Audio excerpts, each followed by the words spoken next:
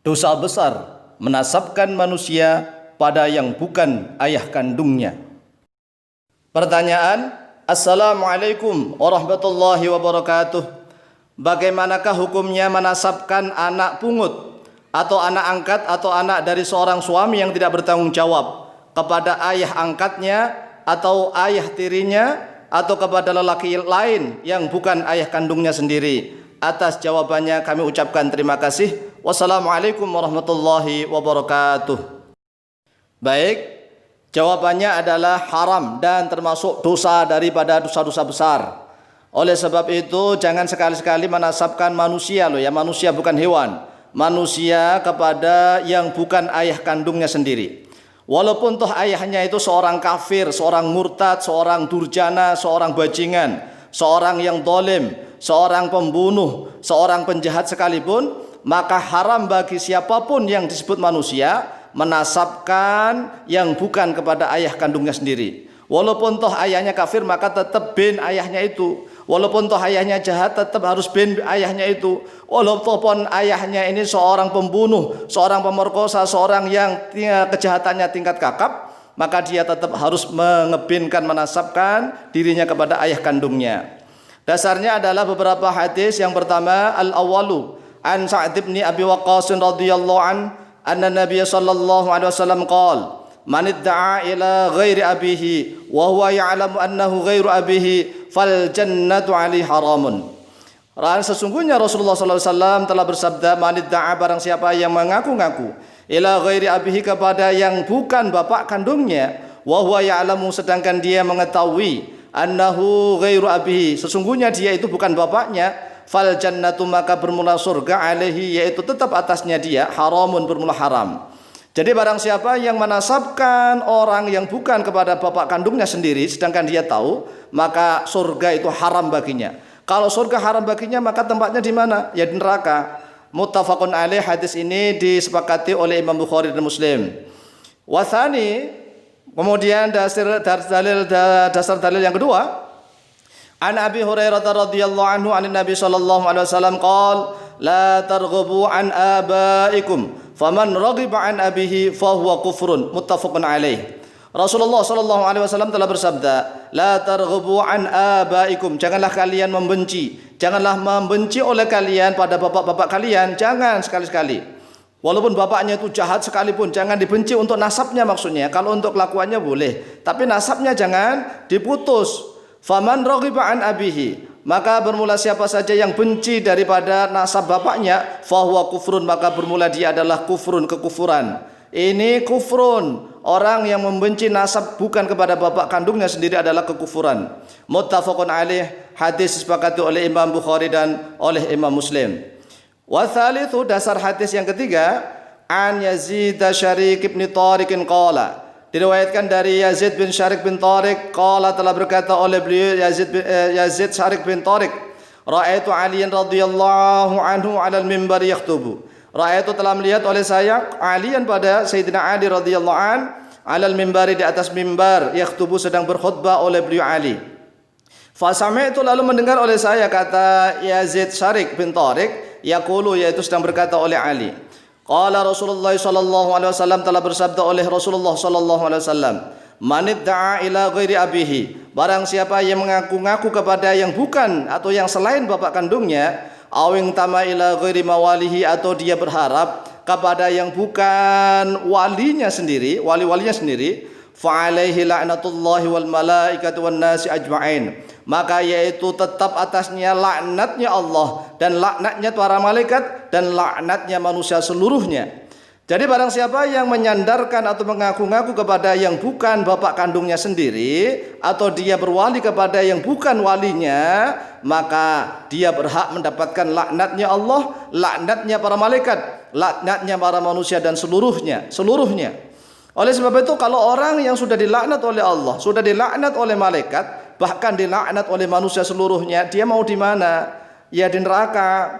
Maka oleh sebab itulah Rasulullah SAW bersabda, la yakbalullahu minhu yaumal qiyamati surfan wala adlan. La yakbalu, tidak akan menerima Allah oleh Allah, minhu, darinya dia, man, yaumal qiyamati, pada hari kiamat, surfan, pada amalan-amalan wajibnya, wala adlan, dan juga Allah tidak akan menerima pada amalan-amalan sunnahnya. Allah tidak akan menerima seluruh amal ibadahnya. Coba, kita sudah membaca Al-Quran setiap saat, kita sudah mengkaji setiap saat, kita bahkan sudah mengajar misalnya, kita sudah berbuat baik dengan siapapun. Gara-gara satu saja kita menasabkan manusia bukan kepada ayah kandungnya sendiri, maka seluruh amaliyah ibadah kita ditolak oleh Allah SWT. La yaqbalullahu minhu yaumal qiyamati sarfan wala adlan. Muttafaqun alaih. Hadis ini juga disepakati oleh Imam Bukhari dan Muslim. Jadi ingat, jangan sekali-kali ya, walaupun toh bapaknya seorang bajingan, seorang penjahat, seorang kafir pun ya, maka tetap harus si fulan bin fulan, si fulana binti fulan gitu. Si fulana binti fulan, si fulan bin fulan. Jangan sampai menyandarkan nasab kepada yang bukan bapaknya. Mengapa? Karena Allah SWT telah mentakdirkan manusia itu punya jalur ayahnya, dari jalur alahnya. Oleh sebab itu manusia harus berjalur. Kalau dijalurkan ke orang lain, maka merusak nasab, merusak takdirnya Allah SWT. Ini akan merusak kemanusiaan, merusak tentang fitrah kemanusiaan. Oleh sebab itu, orang yang menyandarkan,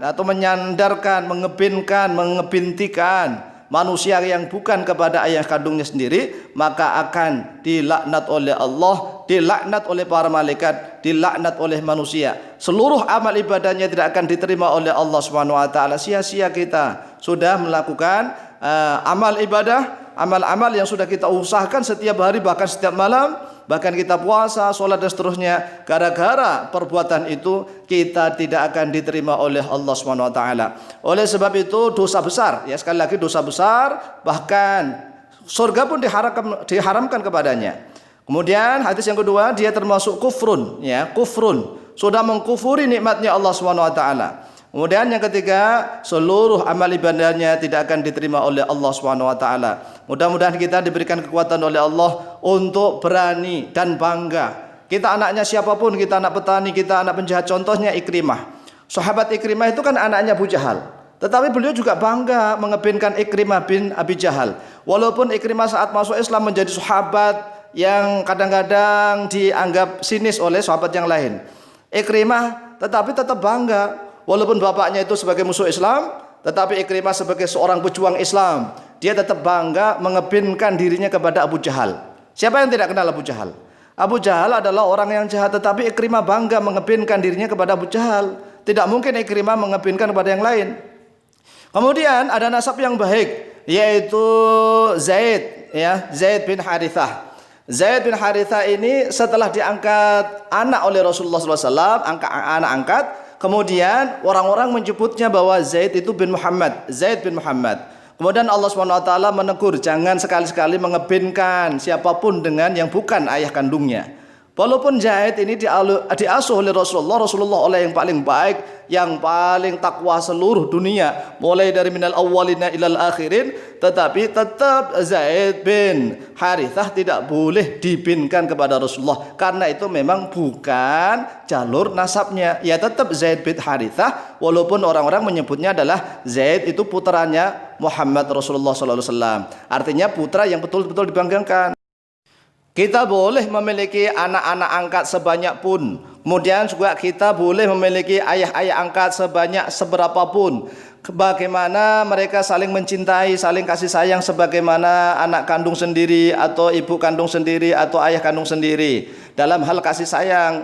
Tetapi jangan melupakan, jangan membuang bin atau bintinya yang kepada ayah kandungnya sendiri. Jangan menyembunyikan.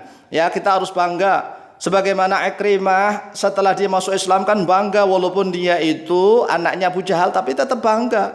Ikrimah bin Abu Jahal tidak disembunyikan, kemudian tidak dibuang-buang, tidak. Ya inilah kebanggaan manusia, karena dia menyadari fitrah manusia harus disandarkan, dibinkan atau bintikan kepada ayah kandungnya, dan juga harus bangga bahwa dia punya orang tua yang sah begitu. Wallahu taala a'lamu bishawab.